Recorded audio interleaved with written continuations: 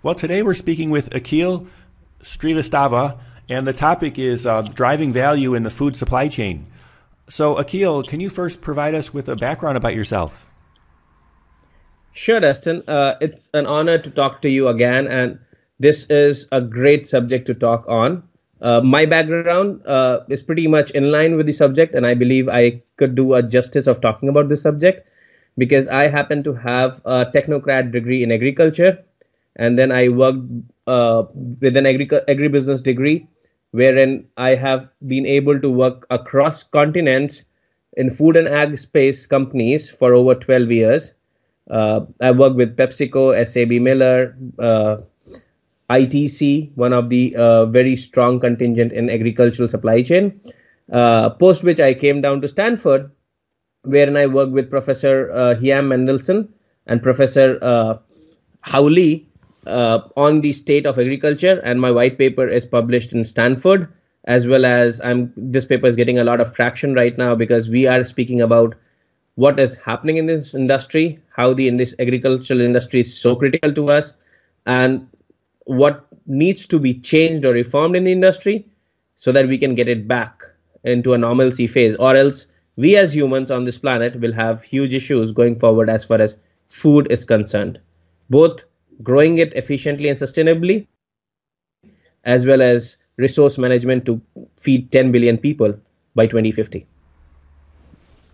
So, can you talk about why do we need to increase value, and are there specific trends that we should watch? Sure. So as what I said is, we are a growing planet. We have a lot of population right now, and we would be, by the trends which we see, would be growing close to 10.5 billion people by 2050, which means we need a lot of food to be produced from the current status. And that means we will have to have a growth of 30% in the overall food production across globe. The limiting factors, which we know is resources like land, water, and manpower, is what is driving our supply chains in food very, very complex. And this would have issues in terms of, headwinds like plateauing productivity in agriculture. We have issues in terms of environmental degradation, and hence sustainability becomes a major issue. The transparency is being sought after with the population, wherein they want to understand what is, for example, a GM trade, what is organic food, what is integrated natural food ingredient, and hence the commodity-based systems are not geared to fulfill and meet the demands of the customers. And above all, the farmers who grow this food is becoming a very, very rare commodity. And why I say that is, no farmer's son would love to be a farmer because this profession is no more remunerative. You see in some of the countries where the absolute number of farmers has been dwindling ever since 1960s. And as of now, in some countries, they have even abandoned food production because it's not a viable proposition. With these challenges, I see there's a lot of imbalance in our current food system, and this is not at all sustainable. What we also see is that the current system has degraded our natural resources. For example, we are losing a lot of land, or fertile land, as we may say, and it's becoming not so productive. We are having issues in terms of water availability, especially for agriculture. We are seeing so much of climatic aberrations, which is leading to weather swings, wherein the plants cannot even survive that amount of hail or the snow or high temperatures, and above all, the greenhouse emission of gases. Hence, our productivity overall is coming down on an average basis.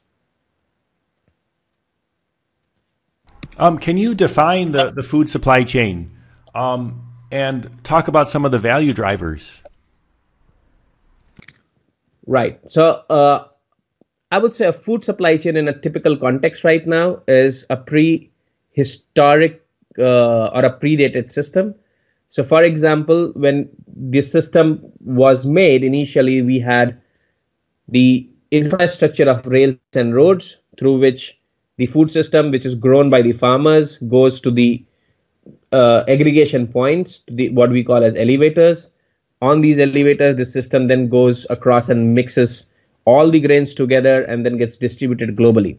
So the food system as of now is pretty complex in terms of supply chain. As I say, it goes from farmer's field to various intermediaries in between, which could include hoarders, processors, manufacturers, or even just storage agencies and traders. And from there, it goes and travels across the global value chain, going all the way to the end consumer after passing 7 to 8 steps, which means our food system is more like a pipe system and is not a platform or digitized system, which means there is a very limited flow of information, or as we call information symmetry, and that has been the prime cause in terms of high inflation and changes in the commodity prices ever since the trading platforms have come up.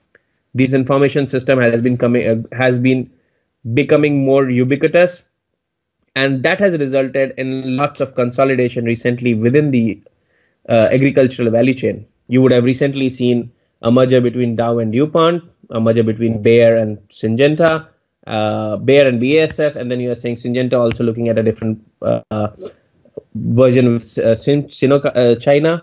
What we have also seen is that within the trading vertical, which was predominantly dominated with A, B, C, Ds of the world, which is Arsenal, Daniel Midland, Bunge, Cargill, and Louis Dreyfus, is also consolidating. Eventually, that means the supply chain for agriculture, both at the upstream and at the trading window, which is downstream, is becoming a monopolistic scenarios. What's the vision for the future of supply chains? Right. So as I told, in short, we will need a complete overhaul to meet the requirements efficiently and sustainably. The food grown today is not being consumed in the same local economy. It travels half the globe. What's produced in China comes all the way to US. What's produced in US goes all the way to China, and vice versa across globe. So the issue which is happening right now is the movement of food through the supply chain A, efficient and effective, B, sustainable. What I see is we are at a verge of another green revolution, and this time it will come with an onset of infusion of technology, which will help solve issues with higher operational efficiency, building up supply chain orchestration, and higher level of transparency in the system.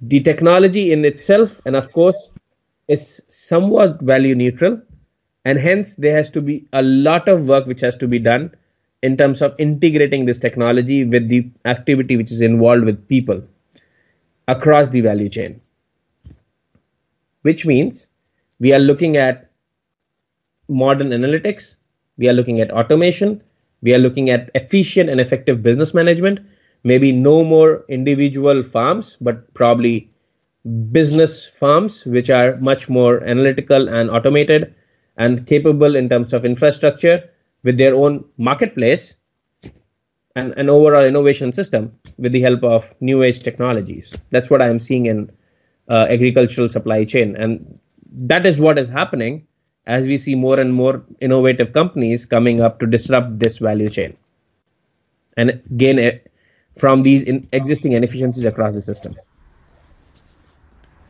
So what would be the next steps? So as I said, the next step would be in terms of getting the new age technologies like precision ag, artificial intelligence, machine learning, blockchain, to get infused into the predated agricultural system. And that would help provide or build A, operational efficiency, B, a much more efficient orchestrated supply chain, because as we say, it's about the global value chains, and C, build a lot of transformational symmetry for information as well as transparency of the overall value chain right from the farm to the consumer. I see an opportunity which persists to cultivate a more comprehensive food system that can be designed for optimally meeting demand. So the higher public and private investments in developing countries will be happening right now, as we see a lot of investments happening in Asia and Africa. We are also seeing these activities will help close the yield gaps between these low productivity areas, as well as technology investments will boost up in the developing and both developed and developing countries, and will be part of multi-pronged approach to sustainably feed a growing population with a more productive, efficient, inclusive, transparent, and resilient value chain. Thank you, Akhil, for sharing today. Pleasure, Dustin. This is a subject which really touches my heart because I was born to a farmer, and ever since last 35 years in my life, I promise that I will look at reforming this sector, because we have more than 8 billion people who are depending on this sector for food, and this number will go to 10 billion in 2050. I'm sure as long as there's a human race, we are looking forward for food, and to sustainably feed them in coming years is becoming more and more challenging. So we need to find innovative ways of closing this gap.